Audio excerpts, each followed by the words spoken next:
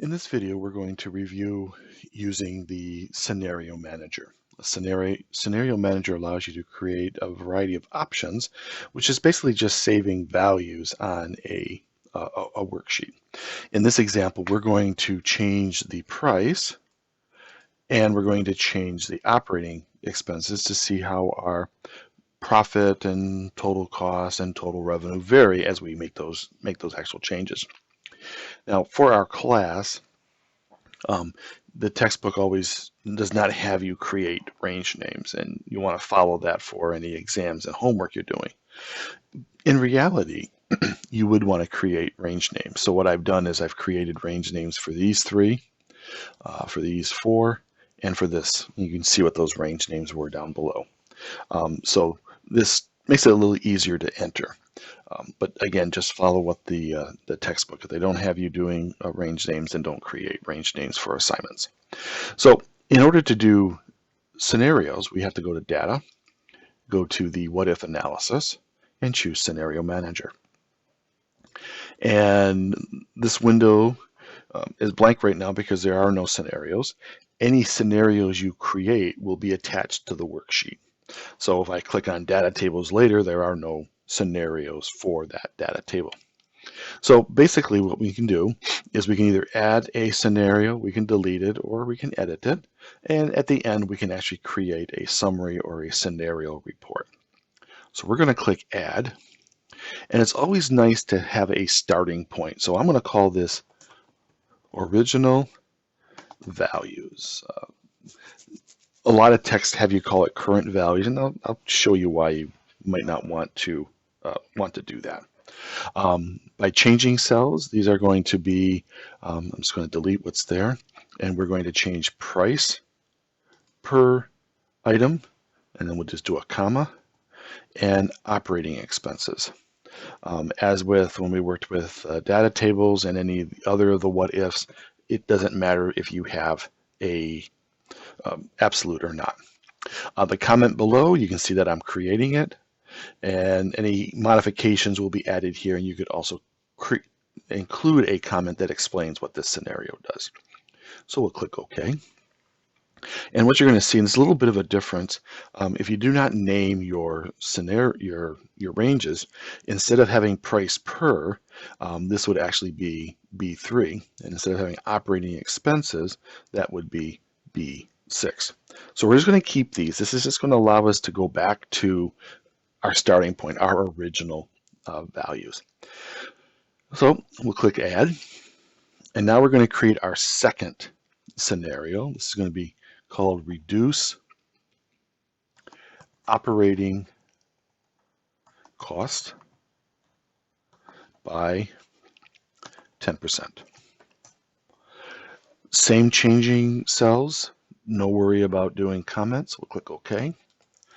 Now in this instance, we're going to keep the price the way it was, but the operating expense, we're going to change this to $58.50. It says reduced by 10%. You have to calculate that by hand, unless you had a spot on this spreadsheet that allowed you to do that. So that's our second scenario. So we'll click Add. And we're going to create another one, a third one, reduce operating cost by 15%. And again, we'll calculate that. So we're going to keep the price the way it's at.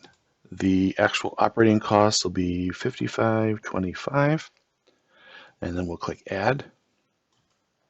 We're doing one more. This is called, this scenario is going to be called Increase Price by $5. Same changing cells.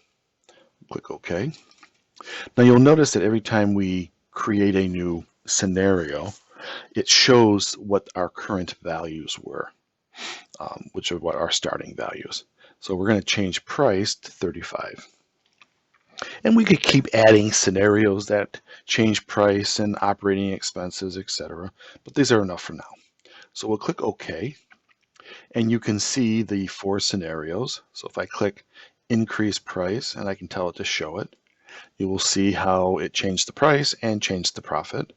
If we reduce our operating costs by 10%, we can see that it reduced our costs. But remember, notice it did put the price back to $30. So if I go here, increase price, it went to 35, and if I do reduce, it goes back to 30. So you could actually mix those up. Now, the last thing we can do is create a little report, and this will allow us then to take these 4 scenarios and have them displayed. So we will just click on Summary. What we want now is we want a scenario summary, but we want to have some resulting cells. So we want B4, so I want to see what the revenue is going to look like. B9, which is the total cost, and we're going to have B11. You'll notice I've just been adding a comma to separate those. The order you put these in will be the order they will appear in your report. So if I wanted to see total profit above total revenue, then I would do it B11 first. So we'll click OK, and it generated a report for us. Let me zoom in just a little bit. Oh, maybe not that much. There we go. These are static values. So if you click on any of these, they are just numbers. So any changes that you make to the original will not filter through here. But we're going to make some changes here.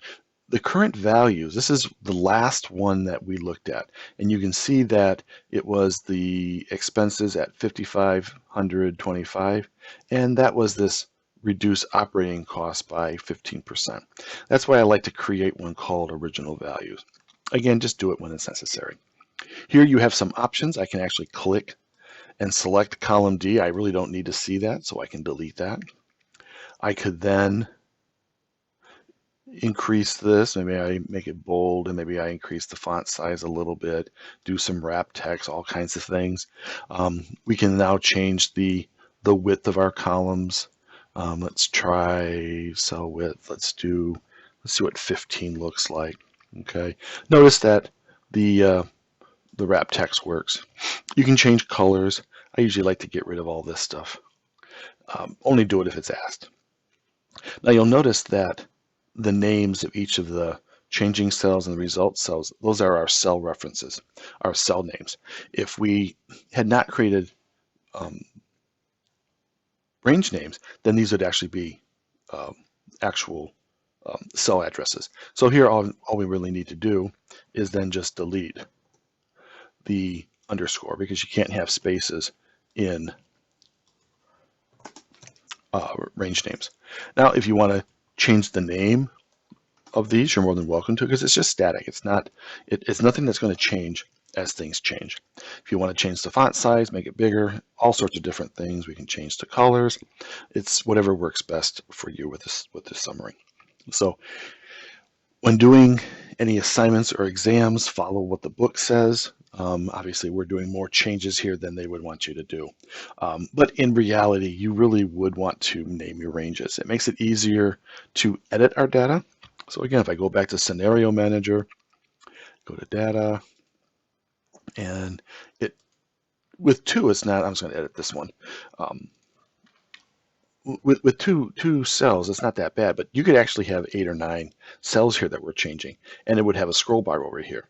And identifying them by various cell addresses makes it very, very difficult. That's why I like to do range names, and I would recommend doing that. So that is working with Scenario Manager.